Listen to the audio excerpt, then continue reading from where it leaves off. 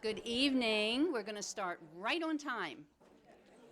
Good evening and thank you for joining us tonight. I'm Kate Markert. I'm Executive Director here at Hillwood Estate Museum and Gardens in Washington, D.C., and my pronouns are she and her. As we begin, I always like to gratefully acknowledge the Nacotch tank, also known as the Anacostan, the Piscataway, and the Pamunkey. And these are the native peoples on whose ancestral lands Hillwood stands, as well as the vibrant native communities who make their homes near us today. We are so pleased to have audiences here with us tonight in the theater and also by Zoom. For those of you in the theater, please be sure your phones are silenced or anything else you have that chirps or barks or does anything. And for those on Zoom, you can submit your questions in the Q&A module at any time they cross your mind, and we will try to get to as many as we can, both from the Zoom audience and right here in the theater at the end of the session. For those of you in the theater, please wait until the microphone comes around to you so that our Zoom listeners will know what your, I'm sure, brilliant question is. Now, tonight's lecture is the first of a two-part series highlighting our current exhibition, Marjorie Merriweather Post's Paris, which I hope many of you have had the great pleasure of seeing. The second lecture will be led by our curator of, she has the longest title in the world, Associate Curator of Textiles, Apparel, Jewelry, and Accessories, Megan Martinelli, and that will take place on March 27th. And next month also marks the return of our very popular dinner time documentaries. Beginning tomorrow, you can reserve your place to enjoy dinner at the Merriweather Cafe. You can sign up to enjoy the films anytime. This year's films are Josephine Baker, The Story of an Awakening, Paris 1900, The City of Lights, and Be Natural, The Untold Story of Alice Guy Blanchet. You can visit Hillwood's website to learn more. It's hillwoodmuseum.org. There may be one or two of you in this audience who are still not members. So if you aren't, I invite you to join today and make the most of your benefits all year long. I know all of you have been in the shop because I've seen you. Tonight we are very excited to hear from Petra Slinkard, who will spotlight the work of female designers working in early 1900s Paris. Please join us for a book signing afterwards. That'll take place right out here, and you can get her book, The Women Who Revolutionized Fashion, 250 Years of Design. Of course, it's right upstairs in the museum shop. Petra Slinkard joined the Peabody Essex Museum in 2018, following her role as curator of costume at the Chicago History Museum, where she worked with a collection of more than 50,000 examples of fashion and textiles used in exhibition, research, and community outreach. At Peabody Essex, Slinkard fosters the growth and inclusive spirit of the museum's celebrated fashion initiative to develop a vibrant array of exhibitions, installations, and programming that celebrate the global impact and reach of fashion and textiles. Slinkard oversees the museum's fashion and design gallery and was the co-curator of Made It, The Women Who Revolutionized Fashion, organized in association with the Kunstmuseum Den Haag. Now please join me in welcoming Petra Slinkard to the podium.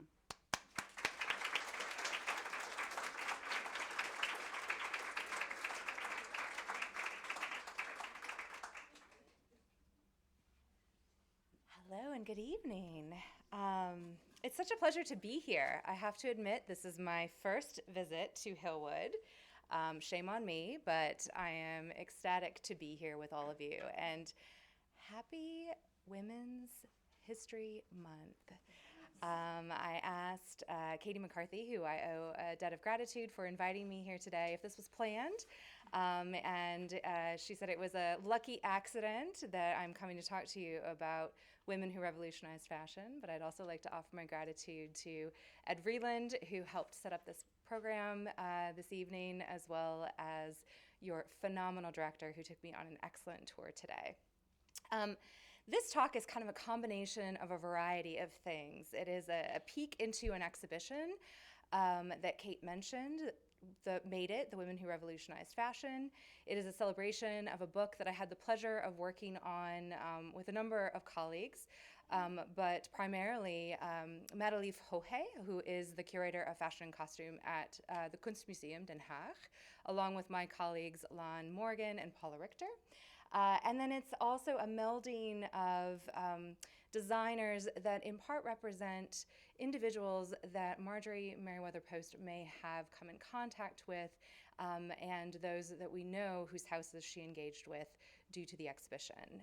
And so if you haven't seen the exhibition, I thoroughly encourage you to do so. So we are here to talk in part about Post's Paris. And this exhibition, as I said, I had the opportunity to view today, and here are 3 examples of fantastic clothing from your collection. And it ranges from the far left-hand side to a dress designed by Louise Bollinger for the House of Calusur, and 2 Pacan ensembles here. And you can see the label at the bottom on the right-hand corner, Maison Pacan. Then you also have a fabulous selection of accessories that not only speak to the way in which Mrs. Post lived her life and really tried, I think, to conserve her skin. I'm quite an admirer of the fact that she used parasols all the time, but clearly a deep love and appreciation for jewelry design and accessories that range from Madame Georgette to Cartier. So the Women Who Revolutionized Fashion, Paris style, as I said, is an attempt to look at just a handful. And I think that's important to point out here, because this is not a comprehensive survey of women who revolutionized fashion. This is just a glimpse. But what you see on the screen are a few examples of early 1920s Vogues. And in part because journalism, industry, retail, all of these things in part and in total helped to revolutionize fashion. And so, of course, if we think about the impact that Vogue magazine has had, began in the United States in the late 1800s, and in 1914 was taken over by a woman named Edna Woolman Chase. Edna ran the magazine for a number of years, and in 1916 is when the British edition opened, and then by 1920 we see the French edition opening, with the first editor-in-chief being Cosette de Brunehoff, again, a woman leading in a new industry and in a new way. So to go back to the exhibition for just a moment, because this exhibition really spoke to the way in which women not only designed for a future, but how they leveraged their place in design and in the industry in an effort to make space for themselves. And part of the impetus for this exhibition was to not only celebrate those whose names we know, but to shed a light on those names who we don't know, and in some cases we will never know. Because as we have now learned in the couture houses of Paris, in manufacturing across the globe, there are thousands of hands that touch clothing who impact what we wear, how it's distributed, how it's marketed, etc. And those are names that remain unseen and unknown. So because I'm going to reference the exhibition, I just wanted to go through sort of briefly what our goals were with the exhibition. And ultimately it was to recognize, reveal, and celebrate the women who radically impacted Western fashion. We acknowledge that women shaped all periods of fashion and that their stories intersect with the history of women's ongoing struggle for equality. It's important to note that this exhibition was intended to open in March of 2020. That, of course, did not happen. But because we were partnering with the Kunstmuseum, we were borrowing 80 pieces from them, those pieces were already packed and on the dock and ready to be shipped. And so we proceeded with opening the exhibition in November of 2020. As you can imagine, attendance was not as high as we had hoped, but we did a number of online engagements which helped us spread this message. But 2020, of course, was a very important year for another reason, and that was the ratification of the 19th Amendment, granting women in the United States, albeit not all women, the right to vote. And so we had mounted this exhibition with the intention of honoring this, but also looking at and exploring how fashion history intersects with social history. So we started with this really kind of unassuming piece, a white t-shirt with the phrase, "We should all be feminists" on it. But it's not just an unassuming piece. It's a piece that was created by the first female lead creative director of Christian Dior. If you think about the history of Christian Dior, you know that it's known for its femininity, and yet for 70 years, it was only run by men. And so for Maria Grazia Chiuri to come out, basically kind of swinging, with a statement like this, really reinforced what she said she learned about the brand, and that it is a brand that celebrates femininity. And so if it's a brand that celebrates femininity, should we not all be feminists? Then we surrounded, oh, here's a brief video.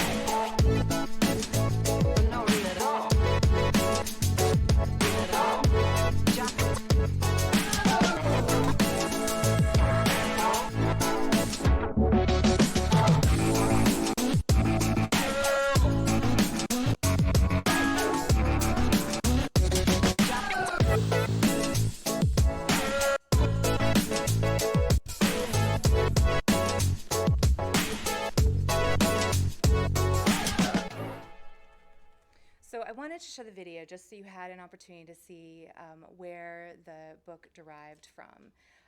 And so as I go through, I will just quickly go through these so you have an opportunity to see some of the voices with which we included. But I really want to start here in this first section of the exhibition that pertains to breaking in. And I thought it was really important to start here because this is not early 1900s Paris. But given Marjorie Merriweather's post's fascination with Marie Antoinette, I thought that it was a good place to begin. What was happening in this late 1700s of Paris was really interesting because up until that point, men, again, were leading the trade. And that was in part because of the fabric. You saw some of the close-ups of the fabric. The fabric is luxurious. It is expensive. And it was thought that only a man's steady hands could possibly be entrusted with this fabric. Because if you made a bad cut, God forbid, that blows the entire yardage. But yet, women, their hands were diminutive, much more flexible. So once the pieces were cut, they could then be passed on to the seamstresses who could then be trusted to put the pieces together. Well, women obviously started to take issue with that dynamic and really started to break through. And they realized that if they wanted to make a name for themselves, which they did, they would need to fight back. And so you can see that, a few bold women really started to form their own movements and really their own guilds. This piece and the backdrop that you see is a nod to Rose Breton, who was the trendsetter who worked with Marie Antoinette to create her silhouettes, to create her style, which of course was copied all over Europe. And I will also point out that this particular silhouette, when worn in a room, actually takes up 3 times the space that a man would. So as competition grew in the clothing trade, women were seeking out new positions. And here are a few more examples. And so this really set the stage for what we are about to see, which is really that huge rush of energy of women leading the Parisian fashion industry in the early 1900s and then into the mid-20th century. And so, rightfully so, we named this section Gaining Momentum. And this section really looked at the way in which women were becoming executives, in which they were using their own names, their own faces to brand their houses. They were looking at what was happening in politics and in the economy. And they were, again, sort of breaking with tradition, breaking with form. And so the first that we will begin with is Jean Bacquin, who you have 2 examples from the House of Bacquin on view in the exhibition. She was really one of the first female couturiers.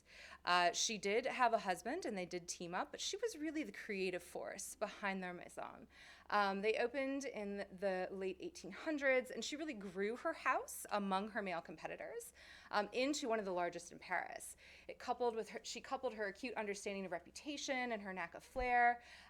She took groups of models out about town. She knew where to be and how to be seen. And she knew that if people saw, in particular husbands saw, women looking good, that they may also direct their wives to the Maison Bacquin in order to be dressed. But I think one of the things that is most significant about Bacquin's life and the way in which she was a trailblazer is that not only was she elected as the president of the fashion section of the Paris exhibition in 1900, but she was also elected as the president of the Chambre syndicale de couture, which was the organization that is sets the professional standards in the couture industry. Chanel is frequently touted as the individual to promote the wearing of the color black aside from mourning, but actually Jean Bacquin is one of the other individuals who really promoted this for evening wear, and this is a spectacular example. Here is a photo of the house. You have another example in the exhibition. And here are a few other examples from other institutions. I thought I would give you kind of a visual tour of what's available, because like women, sometimes fashion collections can be unseen, and so I look for opportunities to be able to share those.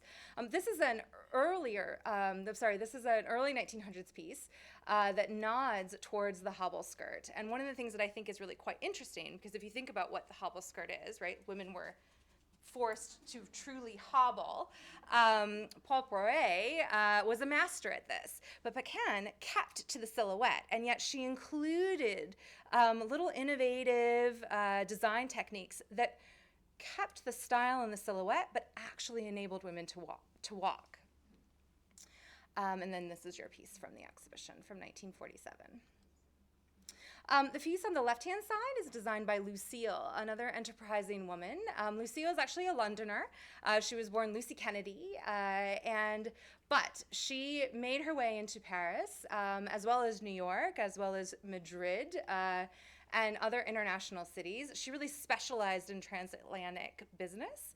And her pieces were really interesting because, in a sense, when you see lots of Lucille's, they're a little bit monotonous. They're frothy, they're lacy, they really almost look like lingerie. But she knew exactly what she wanted and how to get it. And she was so fastidious that she actually instructed her models on how to walk. She was one of the first individuals to conceptualize what she called mannequin parades, which is a precursor to the fashion show. Because again, if she could get people to walk properly in her clothing, to exude confidence, to exude a sensuality, that she knew that would be a selling point. And here are some close-ups of that particular gown. But that is not to say that, of course, the artistry and the craftsmanship that went into a piece like this is not worth noting. And then this is an example from the St. Louis Dispatch of the kind of, again, advertising and the ways in which women were thinking about disseminating their designs. This section talks about calosaurs, sours being French for sisters, so the sisters calot. The calosaurs house is, I think, one of the most impactful and significant French houses to really come out of this period.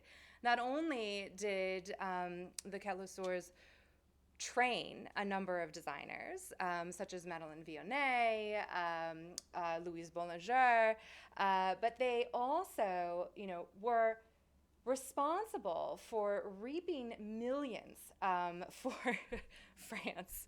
And what I love about this particular quote is that, it says that Vogue declares in 1916 that the foremost among the powers that rule the destinies of women's life and increase the income of France is dedicated to calosaur. So you can see that in a way they exemplify a national pride and that there's a reinvestment in their success, which I think is quite extraordinary. And these two examples in the foreground are examples of calosaurs. And as I said, you have an example here in the exhibition, which is this piece here, that was actually designed by Louise Bollinger. So after the directrice, Madame Gerber, who was the lead designer in calosaurs, stepped down, Louise Bollinger took over for a brief period of time. And here are a few other examples. This one I particularly like because it reminds me very much, particularly the way that the back is constructed, of a really beautiful piece that you have on view in the house, which is a biased cut, gorgeous ensemble, unnamed, from 1934, in which Marjorie Merriweather Post is actually depicted in the Salisbury painting that I believe hangs in the library. So keep that in your mind and then go look at that dress later. So as the decade sort of progresses and we think about the 1920s and the way in which, women were sort of rethinking their place in society, of course, in the United States, this marks a major turning point. And so there's some seismic shifts that take place in fashion during this period. And women are starting to really think differently about fashion. But that evolution of fashion doesn't just occur overnight. And so in the 19-teens, you have individuals like Maria Monasai Galenga, for Galenga, designing these really beautiful, dramatic pieces. This is a full velvet ensemble. You can see that there's a lot of comfort built in, but it's also a work of art.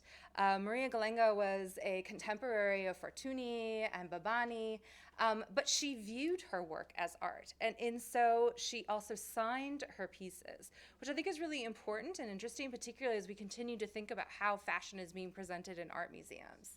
But how does Maria, an Italian, fit into Paris? Well, she had a booth at the 1925 exposition, and that was really her entry point into thinking differently. The Italians were a little bit separated, and in 1928, because she was so inspired by that moment in Paris, she actually set up a shop with one of her colleagues and used it as a way to disseminate Italian design. So again, not only presenting her own work, but providing a platform for others like her. And here's another example from the Metropolitan Museum of Art's collection. This is a phenomenal example, and hopefully you had the opportunity to see their most recent exhibition, Women Dressing Women. If you did not, it just closed March 10th, but that's another book that you should absolutely go see or get if you can't see the exhibition. And I would also just take a moment and offer some gratitude to Dr. Valerie Steele, whose book in 1991 entitled Women in Fashion sort of helped kick off a lot of this new research that has fed some of these latest exhibitions. This individual that you see on the screen went by Henrietta Niergren, and she was the wife of Mariano Fortuny. Fortuny is best known for this, the peplos gown. You know it, you've seen it, you may not necessarily know his name, you may not necessarily understand what the history of this particular work is, although they're of course clearly deriving some inspiration in the silhouette from classic Greek clothing. But what is most interesting is for the entire time that I was studying fashion history and was in school, Fortuny acted alone. You know, his name was the only that was presented, and yet only really until recently has it come forward that his wife is the one that patented this design. His wife is the one who invented the machine and the mechanization for the pleating. But because he had to expedite the patent, he put it in his own name. And so these are the kinds of stories that we're finally able to start to resurrect, and there are millions more, where we can really give credit where credit is due. And here's another example. So as I said, 1920s women knew that they looked different, and they liked it. They embraced it. They were looking to be progressive and to push boundaries. And one of those individuals, who is a name that is lost to history, is the House of Jenny. Jenny is a woman who worked in the 1920s and primarily was not as popular in Paris, but was quite popular in the United States. And that's in part because she took place or set up a booth in the Panama Pacific exhibition that took place in San Francisco. And so what we're starting to see with these Parisian designers is that they're seeing the United States as this interesting market in which to play. So historically, the American designers and houses and industry were basically just outright copying. That was completely acceptable. But there are opportunities where these designers are starting to see that they can actually import at a greater and higher level than they would have other. And here are a couple of examples of Jenny's work. Unfortunately, her house closed in the early 1930s and was never reopened. And then, of course, we come to Chanel. Chanel is probably the best known name, so in this case, it's more of a celebration and a recognition versus a revealing. But Chanel's history is complex, and it's muddy by design. She was an active liar. She, basically made things up. And she did that because she was creating a story. One of the things that I think is interesting and distinguishes some of these creatives from one another is that you have individuals like Henrietta Nygren, who's really thinking about innovation. You have a designer who we'll get to momentarily, Madame Vionnet, who's really innovating with cut and drape. And then you have individuals who are more personalities. Chanel stated herself that the dressmakers dismissed her. And she said, they had every right to. I didn't know what I was doing. She started as a milliner, and she had milliners making her clothes. She drew a lot of inspiration from menswear, but she had confidence, and she had moxie, and she understood what it meant to sell things. And so not only was she wildly successful in the 1920s, but then when she did step away in the early 1940s due to the Second World War, there's a lot of gray around, was she a Nazi sympathizer? Was she not a Nazi sympathizer? In fact, there's an excellent Chanel exhibition at the V&A on currently where they reveal that she worked for both sides.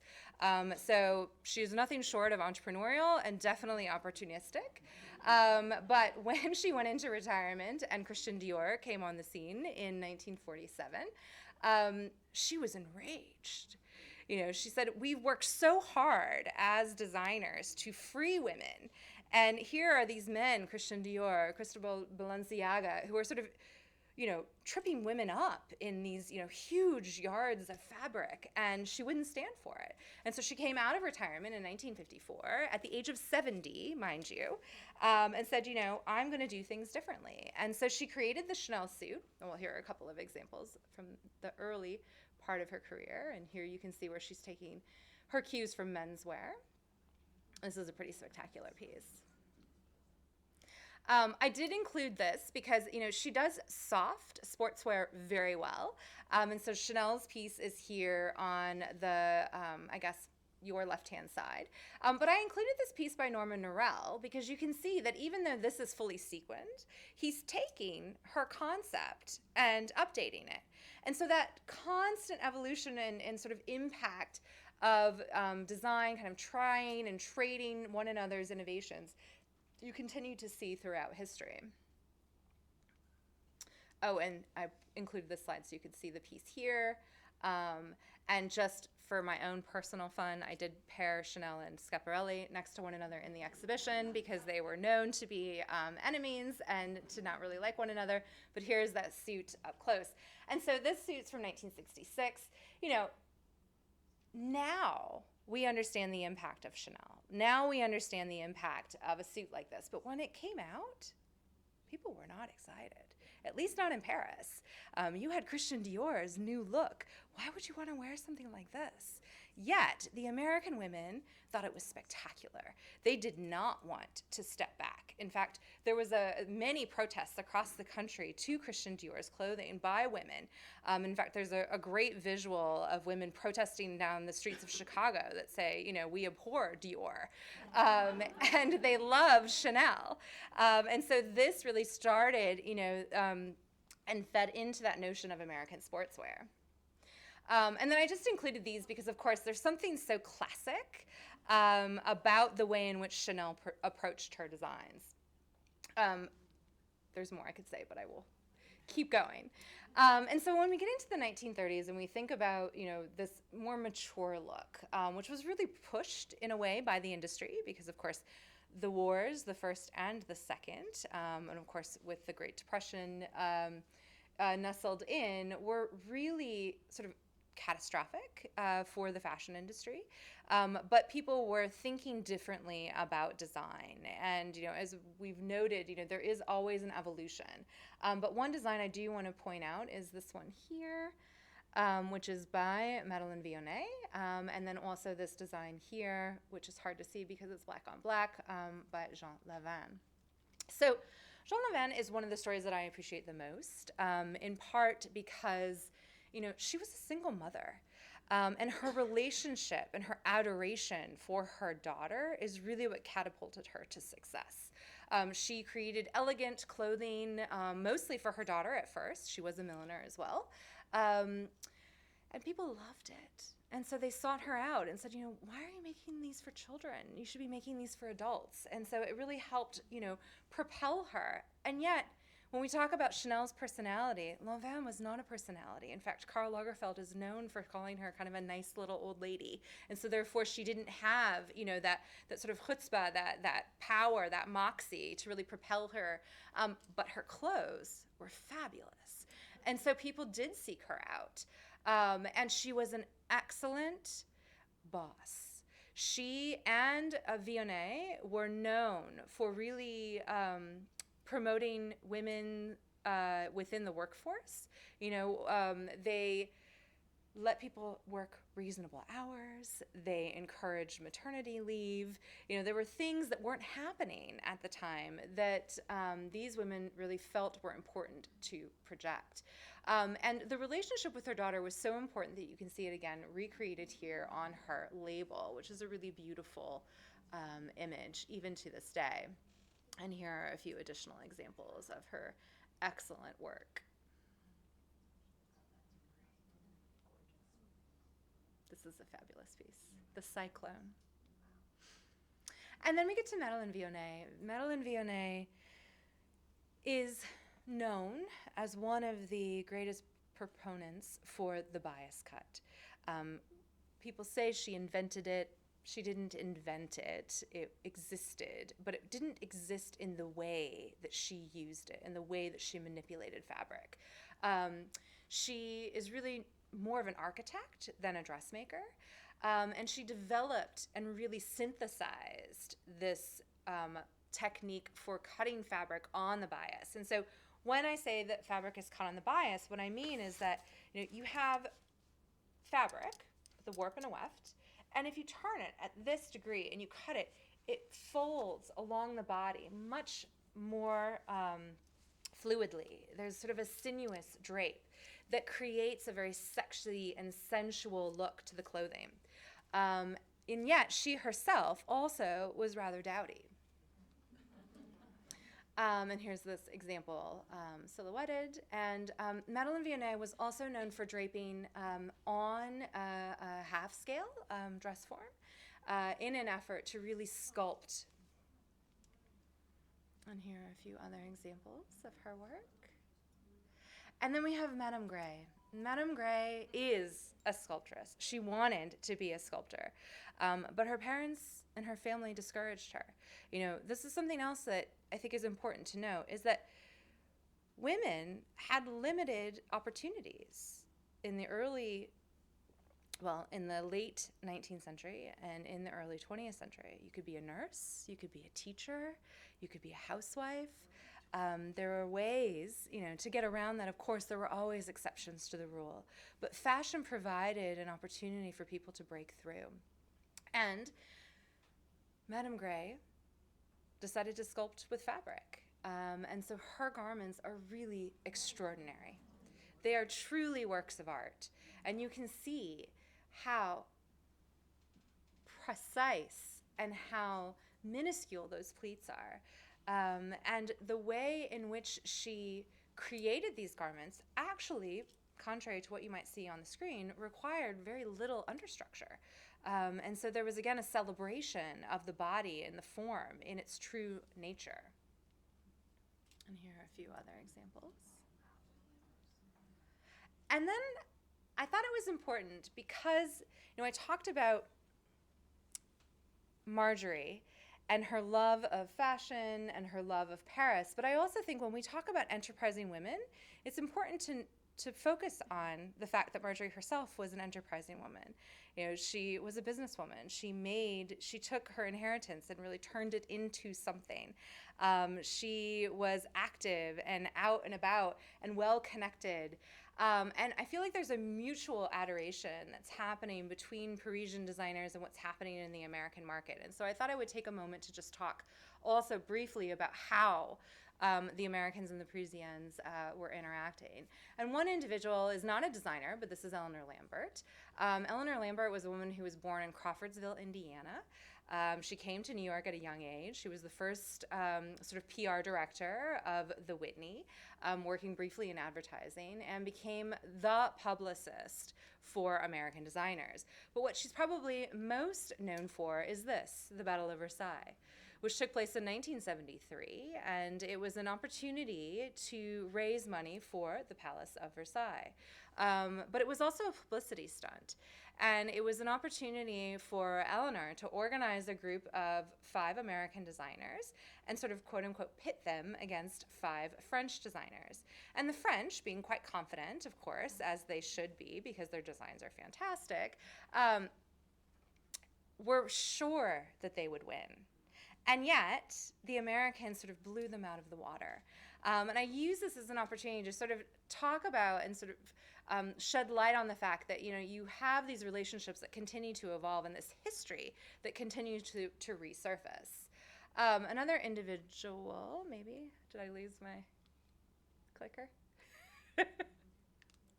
Oh, there we go. Okay, is Dorothy Shaver.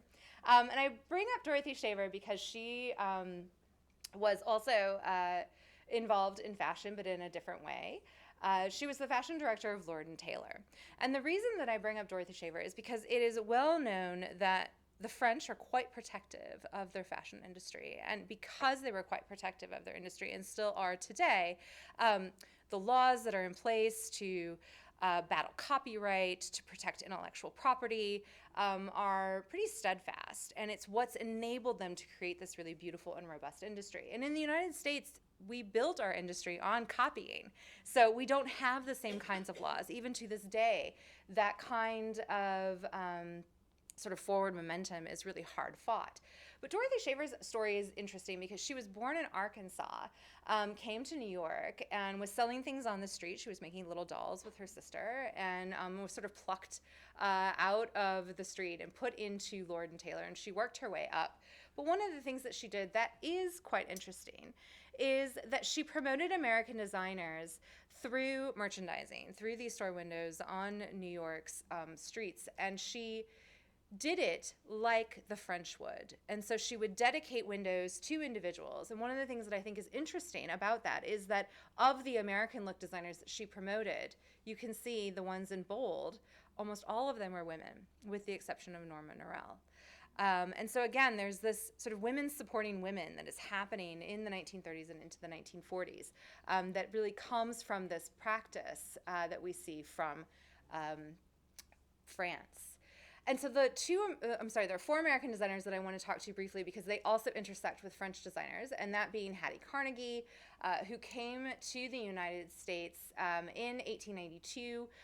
She also was an enterprising woman. She changed her name to model that of the most wealthy. So if you can see it, you can be it, you can become it, and became Hattie Carnegie.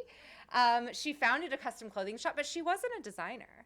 She hired great designers, some of whom she would never let be known, but she actively went to Paris. She actually actively brought things back, and she actively encouraged her designers to copy what was coming out of Paris. So much so that some of those designers, like Claire McCardle, said, I'm sorry, I'm not going to keep copying. I'm not going to do this anymore because we have our own voice and we have our own way of doing things. This is an example from a Hattie Carnegie shop from the 1920s. And I bring this up because you can see the silhouette. It is known as a robe de style style. And you can see that there's a similar style that is coming out of shops like Calosaur's and also Bouet-Sour's. Sally Milgram I bring up because she was an individual who, again, also sort of made her way at age 16. She married and started her career a year later. But like many Americans, she was thinking about what it meant to be affordable. So particularly during the Depression, she started a ready-to-wear label called Sally Mill, which is a budget-conscious line which provided women with fashionable alternatives during the decade's economic strains. But what you can see, too, is that she also is looking to Paris. She is also looking at individuals like Madeleine Vionnet to create these gorgeous pieces, but in her own way. And this is an example of Sally Milgram. And then the last 2 American designers that I will point out, we begin here with the piece on the left, which is by Elizabeth Hawes, who did go to Paris. Elizabeth Hawes is another one of those designers who has a lot of moxie. She was the first American woman to stage a fashion show in Paris. And her collection was described by the newspaper The Times as created for American women out of American materials inspired by the American background. Now you can guess how well that went over in Paris. Not super well. As you can see, the Paris press all but ignored her. But her impudent and adventurous spirit caught the American fancy. And she went back to the United States and did quite well for herself for a brief period of time. And here's another example of her work. And then the last designer that I highlight is Anne Lowe. And Anne Lowe is a name that you should absolutely know. She is a true couturier. There's been an amazing exhibition on her work and a great book that's actually for sale in your shop, so you should pick that up. She was known as society's best-kept secret, and she was an individual that Christian Dior himself said, this woman knows how to design. He respected her work. He saw her work. And he understood that she truly was a couturier. Her probably most famous gown is that of the wedding dress of Jacqueline Kennedy. And you can see this piece here in the center, which was a cotillion gown. And so I'm going to stop there. I want to look at my time. I'm at 7:13. I have a couple behind-the-scenes shots, but I also want to be sure that we have time for questions. And thank you for your time and your attention.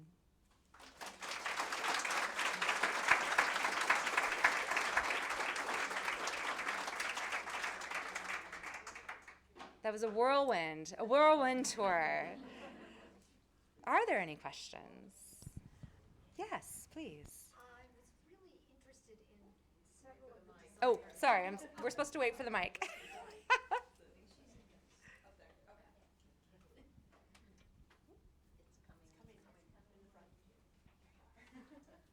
So I don't need to repeat the question because there's a note here that says repeat the question. I'm interested in the textiles because some of the designers that you showed from the 20s, and I wish I had noted the names, the textiles were superb. I mean, they were so detailed. And so where did those textiles come from? Did they have special factories for them? So yes, I mean there are specialty mills across Europe, but I would say the primary locations would be in France and in Italy, and so they were sourcing those textiles at family mills. And also, you have to think too that this was another period of innovation where fabric itself was turning over. I mean, when you think about how rayon, for instance, was being used, if we think about this like detailed beading that was being done, a lot of this work was also being done by hand, but machine work was being embraced as well. And so there was an entire network of distribution and inspiration.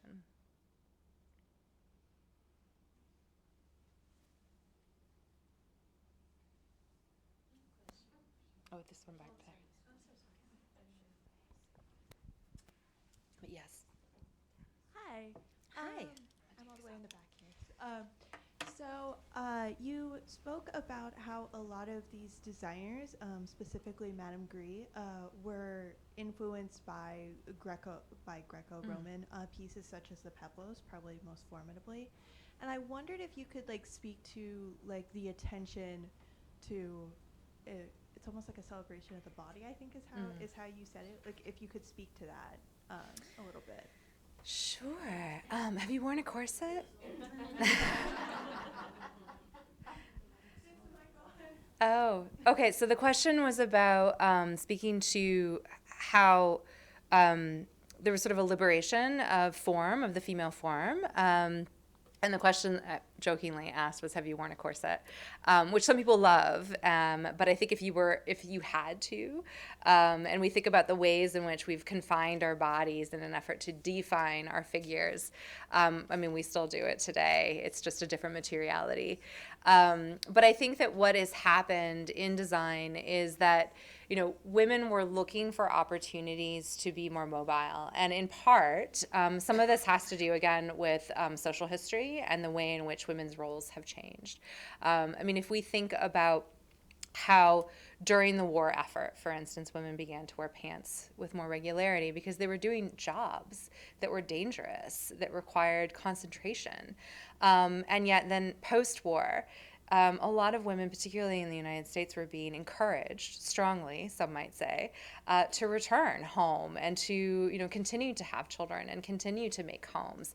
And the idea with that was dress more femininely. What does that mean exactly? And I think that is the question that a lot of these designers in their own way and collectively were really trying to unpack. Because there isn't. I mean, we started with the T-shirt that said, we should all be feminists. But also, what does that mean? I read a quote today that said, if you only respect women who are beautiful, then you're not respecting women. So there's so many different nuances to the way I think in which people, and in particular these creatives, were thinking about how their clothes would impact and reinforce a way of life. And Claire McCardle put pockets in everything. I mean, you see the cartoons where it's like, yes, pockets. Like someone said it here. These are little details that inform how we stand, how we walk, how we interact with one another, how we feel comfortable. And I think that there are sometimes, you see the runways today, like there are beautiful designs, interesting, innovative, thought-provoking designs. Not all of them are wearable. You're not going to put that on and go to have dinner, So I think that that's really what is happening, and it's an evolving conversation. And there was a question here. Should I ask you to wait? I think, we've got a mic coming.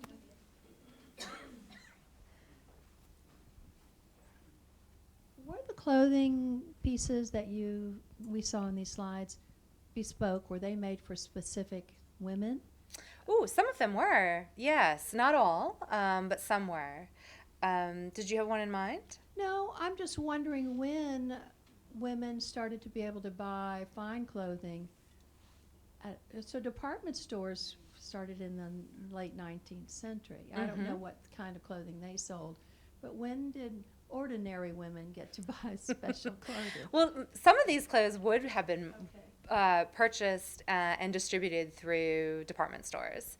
And so, that's an excellent question, and I wish I could go back through and kind of point out what was and what wasn't. But I would say probably 3/4 of what you saw today would have been more in line with ready to wear and purchased off the rack.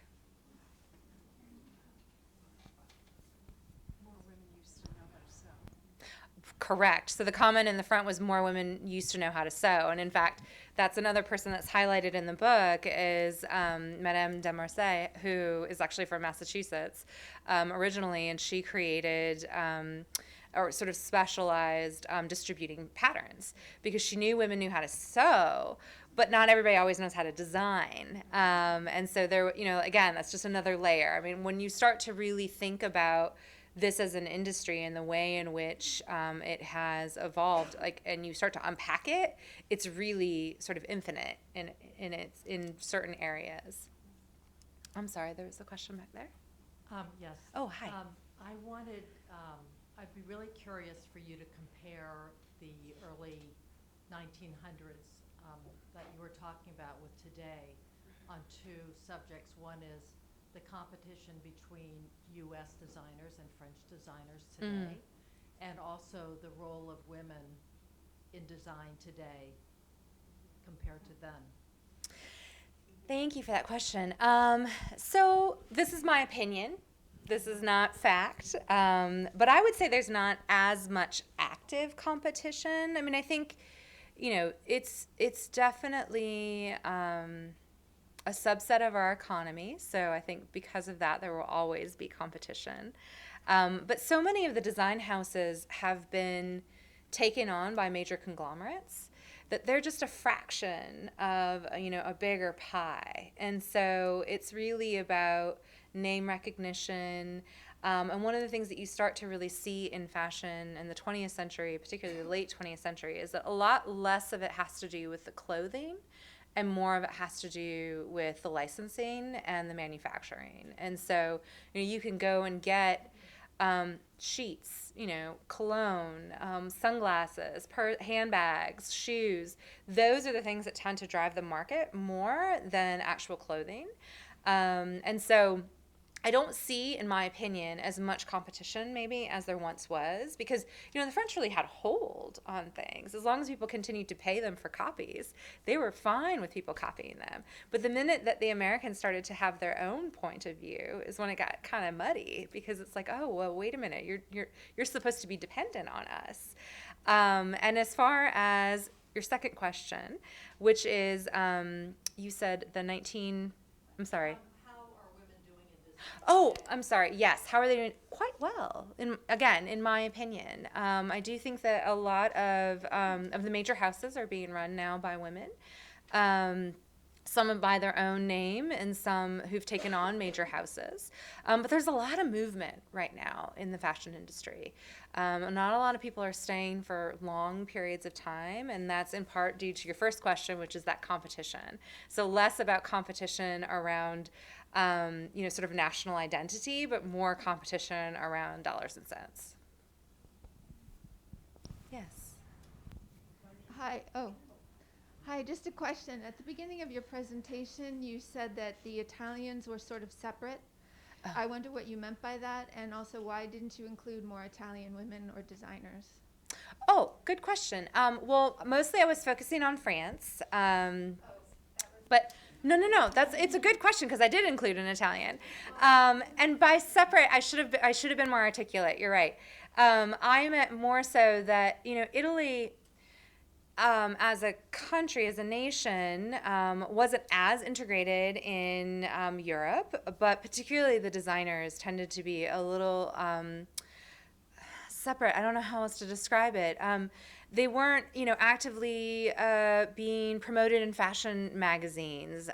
They weren't necessarily actively participating in the shows, and you had Galenga, who was participating in the Paris exhibition, but those were the entry points, and so there wasn't as much visibility, maybe is a better way to say it. And so I think that's really why Galenga was so keen to open a shop in Paris to promote herself and her colleagues, because it was an opportunity through that street level or through that in-person experience that people would say, oh, okay, like this is what's going on in Italy, because not everybody was necessarily had the ability to travel quite like someone like Mrs. Post did.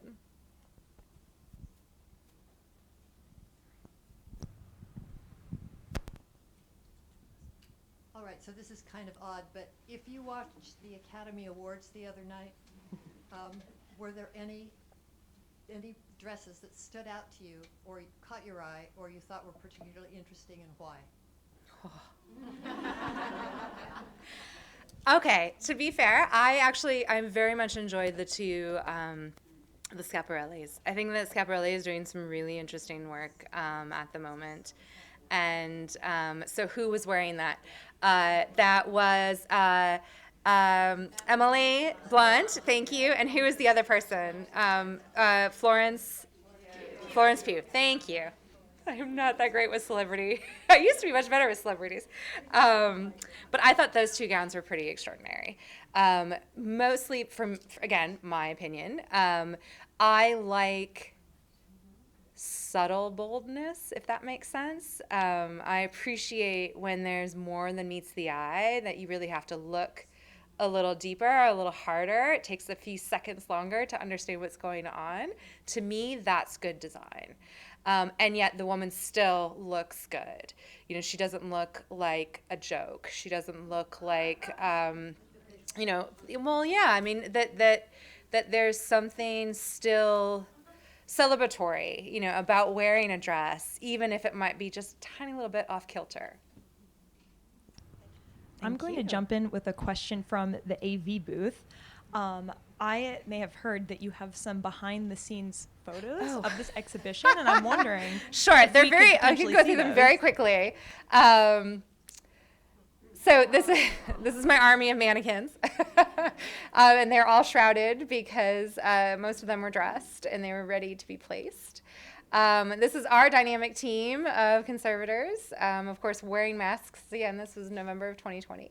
But you can see all of the understructure, and I call that out because Catherine Hill is here as well, who helped dress some of the pieces in the exhibition. And I personally have a great and deep respect for not only, of course, curatorial work, but also the conservators and the mount makers' work, because this is a labor of love. And, all these pieces, to your point, our question about them being bespoke, even if they were purchased for an individual off the rack, mannequins do not come in those sizes. And so we always have to build out to support, and it's quite nice. And so because we did this installation with our colleagues at the Kunstmuseum, they were supposed to come to the US and could not, so we did the whole installation via Zoom.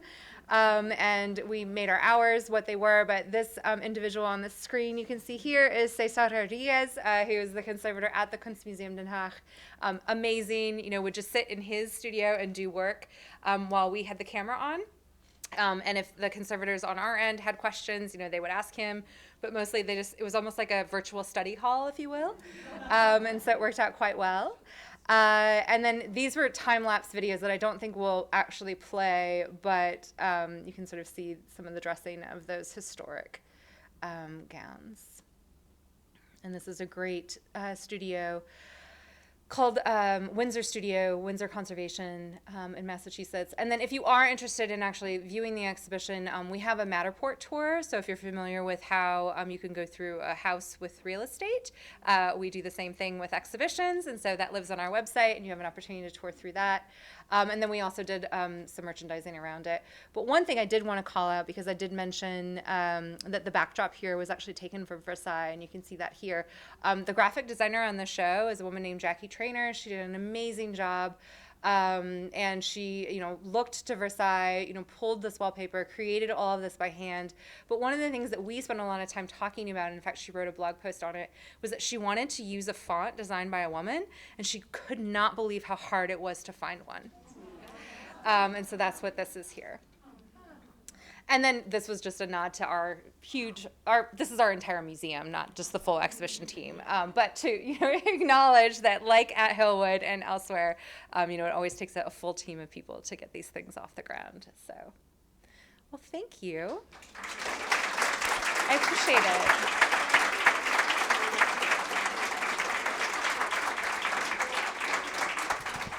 Please join us in the lobby for a book signing.